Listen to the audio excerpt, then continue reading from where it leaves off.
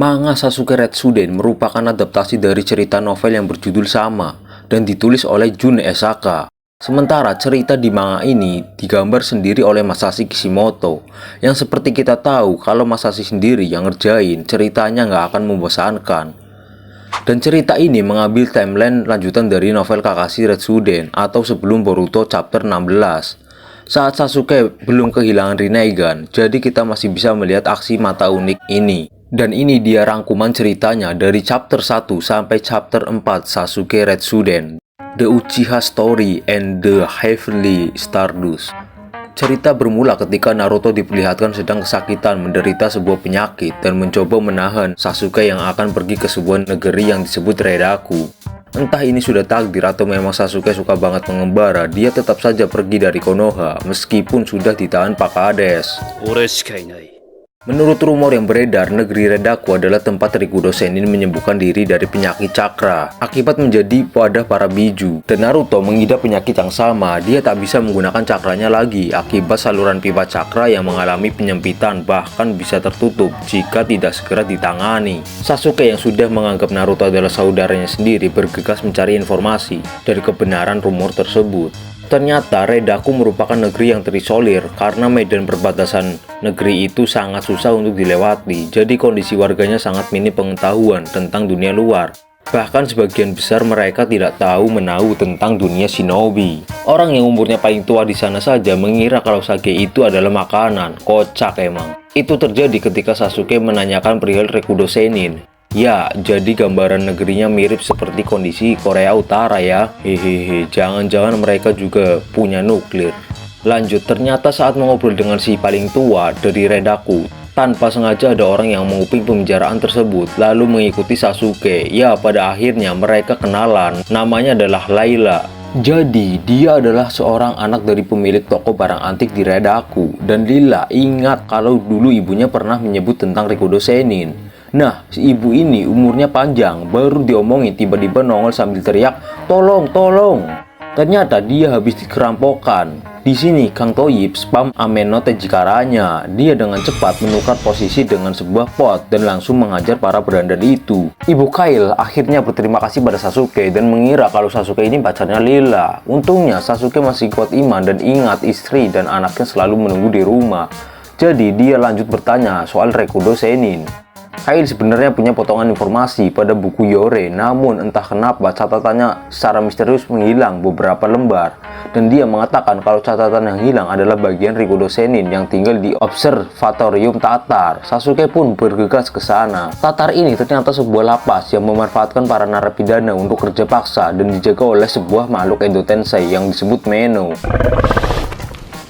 Setiap orang yang memaksa kabur akan disikat habis oleh Meno ini. Hanya orang dengan tali tiket yang tidak akan diserang oleh makhluk ini. Jadi tali tiket ini sebenarnya hanya seuntas tali yang harus diikatkan ke narapidana yang punya urusan darurat, misal ingin poker atau merasa nggak enak body dan lain sebagainya. Jika berkeliaran tanpa menggunakan tali itu, maka dianggap melanggar peraturan. Saat Sasuke sedang sibuk bekerja, rekan satu selnya menghampiri. Dia bernama Jiji, dan Jiji ini cukup banyak mengetahui kondisi dari Observatorium Tatar dan cukup bisa dipercaya.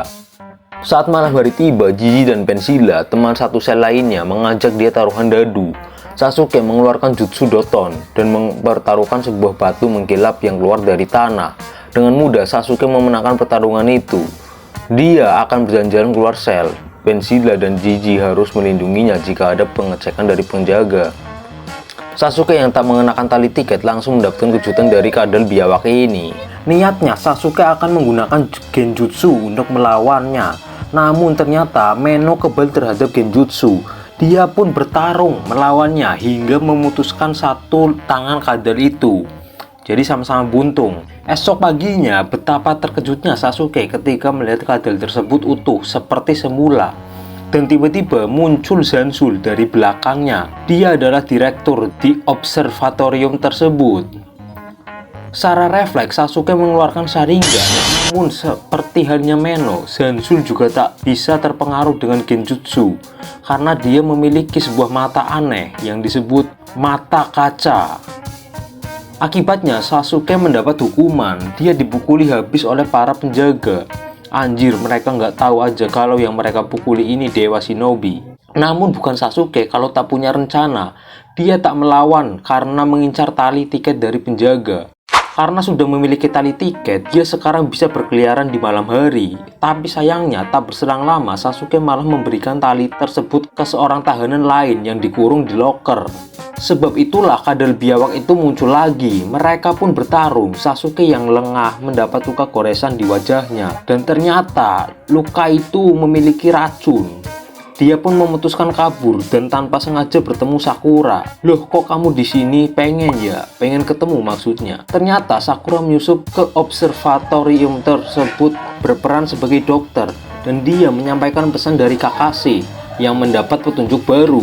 Dia datang sendiri karena semua burung surat yang dikirimkan selalu dimakan oleh Meno, si paling kadal. Isi surat dari Kakashi memvalidasi kalau benar Rikudo Senin dahulu kala mengidap penyakit aneh sama seperti Naruto lalu pergi ke tanah Redaku dan dia bertemu dengan seorang astronomer bernama Tatar. Suatu malam sebuah meteor akan jatuh ke situ namun berhasil dibelah menjadi dua oleh Rikudo. Cahaya terang memancar dari sana dan seketika menyembuhkan Rikudo dari penyakitnya. Bongkahan meteorit itu disebut ultrapartikel dan disembunyikan di dua tempat, yaitu langit yang jatuh ke bumi dan di bintang yang tak pernah pindah. Jika ingin menemukannya harus menggunakan peta surga.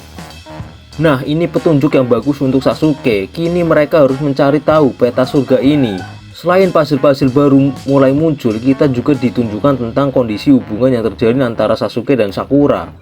Sasuke sempat mengaku merasa bersalah karena terlalu sering meninggalkan istri dan anaknya di rumah, sementara dirinya pergi mengembara ke sana kemari. Dia curhat ke Jiji, teman satu selnya.